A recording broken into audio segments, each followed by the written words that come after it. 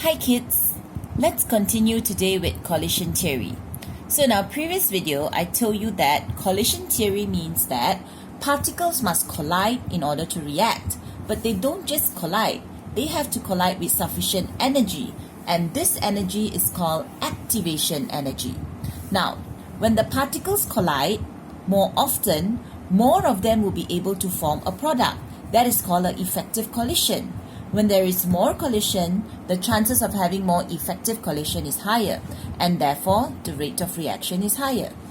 Now, we talked about temperature and particle size in our previous video. Now we're going to talk about pressure and concentration. Now I want you to imagine that you are selling chocolates. You're walking around the mall holding this tray of chocolates and trying to sell them. Now what happens is 3 chocolates are for 10 ringgit. Okay? Now you go around asking people, do you like chocolates? 3 for 10 ringgit. Would you like to buy? Now, if you go to the mall on a Monday as compared to going to the mall on a Sunday, which one do you think you will meet more people? Sunday or Monday? So obviously Sunday. And which one do you think you will have more sales? Obviously Sunday. So what happens here is on Monday, the amount of people in the mall are less. So every minute you could be only meeting like one person, not even a minute, I think maybe in an hour. So what happens is you meet only one person every hour, and in that whole day you only meet 10 people. And out of those 10 people, only one person buys your chocolate. So you have 10 collisions, but only one effective collision. And therefore, your rate is very, very low. Now what happens is, if you go on a Sunday, the mall is really packed. And everywhere you go, you bump into somebody. So you could be bumping into 100 people in an hour. And out of the 100 people, I'm sure at least 10 people will buy your chocolates. And therefore, your rate has increased. So, how do we explain this in terms of concentration? On Monday, it is called low concentration. And on Sunday, it is high concentration. The size of the mall does not change, but the amount of people in the mall changes. So, when the concentration of something is higher, concentration can only be applied to an aqueous solution. When the concentration of the aqueous solution is higher, we say that there are more particles per unit volume. You can't just say more particles, because it's not just more particles, but there's more particles in the same space. So we say there's more particles per unit volume.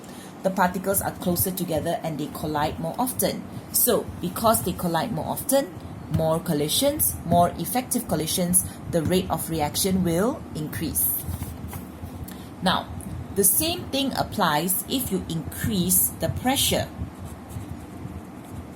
Pressure only applies to gas. This is a container at low pressure. And this is a container at high pressure. The amount of particles are the same, but now the particles are closer together. So you use the same argument. When the pressure has increased, there are more particles per unit volume. So the particles are closer together, they collide more often, and therefore the effective or successful collision increases, the rate of reaction will also increase.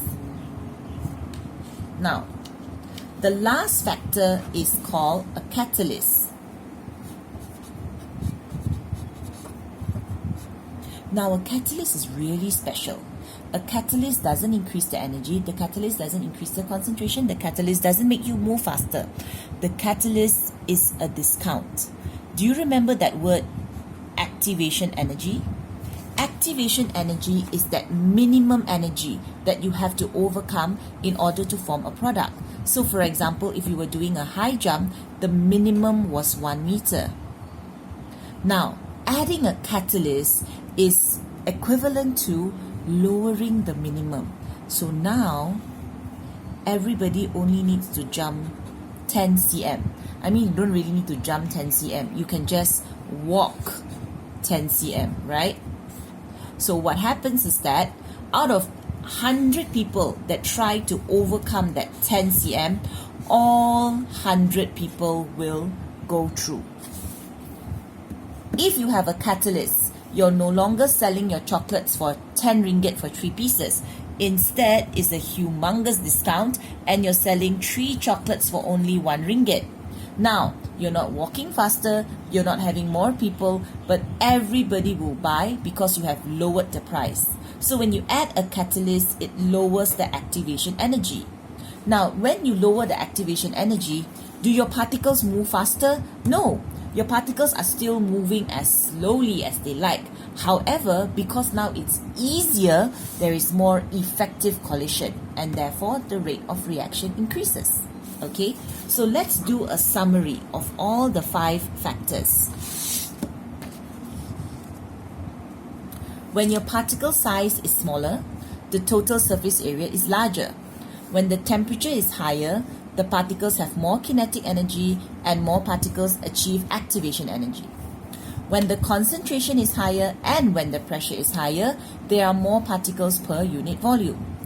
All of this causes an increase in collision frequency, or you can say rate of collision increases. And because there are more collisions, the effective collision increases. So you can say rate of effective collision increases, or you can say collision frequency increases. The only exception is catalyst. When you have a catalyst, the activation energy is lowered. You don't increase the rate of collision. Instead, you only increase the rate of effective collision. Alright? So, draw something like this in your house and stick it on your wall and read it every day. So remember, as long as the rate of effective collision increases, the rate of reaction will increase. Okay, so these are the 5 factors that causes the rate of reaction to increase. Happy studying. Bye.